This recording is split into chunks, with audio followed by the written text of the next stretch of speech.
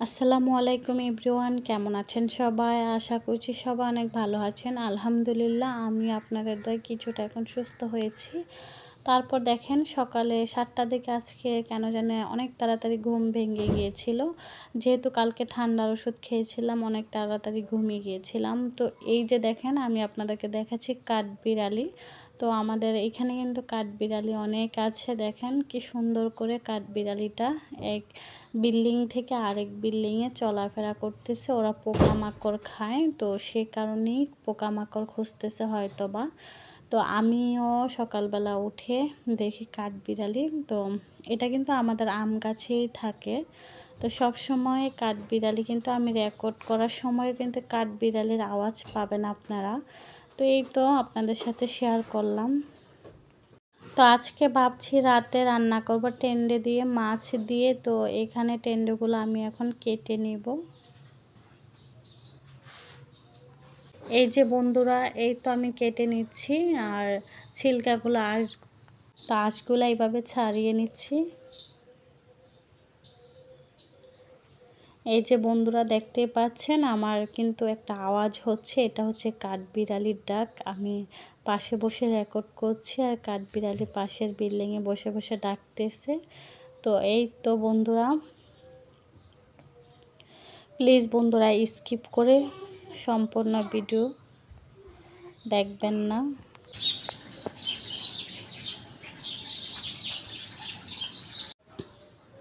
তো এখন বসে বসে কাটবো। যে আমি এভাবে কেটে নিয়েছি আজকে রান্না করার জন্য। আর অনেক দিন থেকে তো আপনারা জানেন আমি অনেক অসুস্থ ছিলাম, জ্বর ছিল, কাশি ছিল, ঠান্ডা ছিল।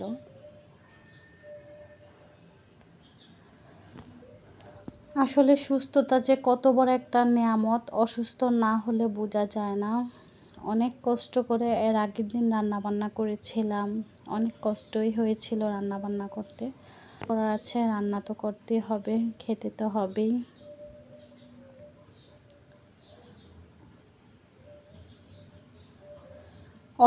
যখন অসুস্থ ছিলাম তখন না লাইভ করছিল না, ভিডিও দিতে ইচ্ছে করছিল, কোনো কিছুই ভালো লেগেছিল না।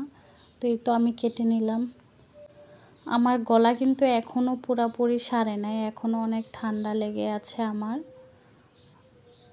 আমি সব কিছুই শর্টকাট শেয়ার করতেছি, এত বড় মাছ ভাজাও শেয়ার করলাম। তো এই যে এখানে আমি একটা আলু দিয়েছি সাথে, যেন খেতে ভালো লাগে। তো প্লিজ যারা যারা আজকে আমার ভিডিও দেখছেন, অবশ্যই যদি আমার ভিডিওটি আপনাদের কাছে ভালো লেগে থাকে তাহলে অবশ্যই চ্যানেলটা সাবস্ক্রাইব করে পাশে থাকবেন, পাশে থাকা বেল আইকনটা অন করে রাখবেন। আর আমার কিন্তু লাইকের সংখ্যা অনেক কম আসে, আমার লাইক আসেই না, 18, 19টা 20 এরকম লাইক আসে। এরকম লাইক আসলে কি ভালো লাগে আপনারাই বলেন।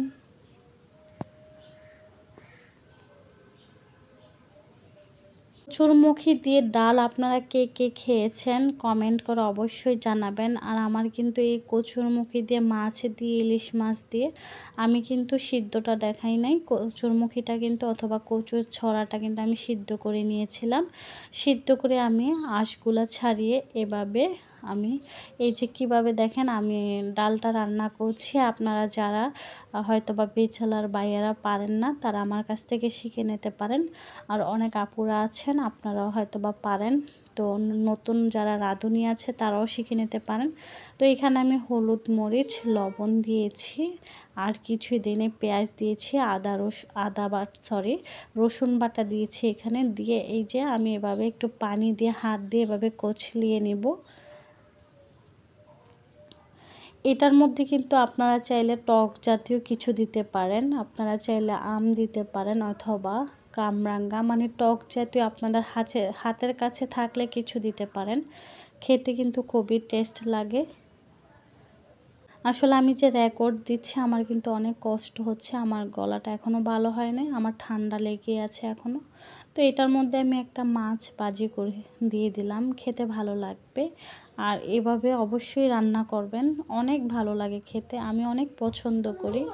আসলে রেকর্ড করার সময় আশেপাশে শব্দ পাবেন, কিছু মনে করবেন না। এই তো আমি মাছ দিয়ে টেন্ডে দিয়ে রান্না করে ফেললাম। মাছটা হচ্ছে সামুদ্রিক হিরা মাছ।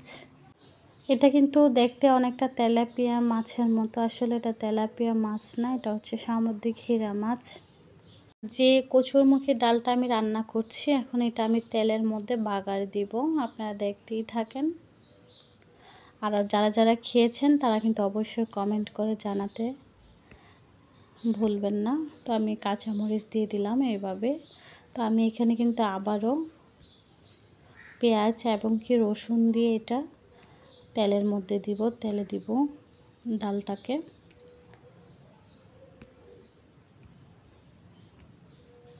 যারা যারা প্রতিনিয়ত আমার ভিডিও দেখেন তাদেরকে অসংখ্য ধন্যবাদ।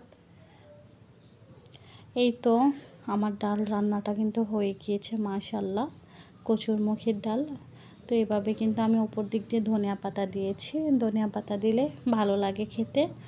তো আপনারা কিন্তু অবশ্যই একটু টক জাতীয় কিছু দিবেন, আরও ভালো লাগবে খেতে। তো কেমন হয়েছে আমার ডাল রান্নাটা সবাই কমেন্ট করতে ভুলবেন না। তো সবাই ভালো থাকবেন, সবাই সুস্থ থাকবেন। সবার কাছ থেকে বিদায় নিয়ে আবারও চলে যাচ্ছি। তো আসসালামু আলাইকুম ওয়া রাহমাতুল্লাহি ওয়া বারাকাতুহু।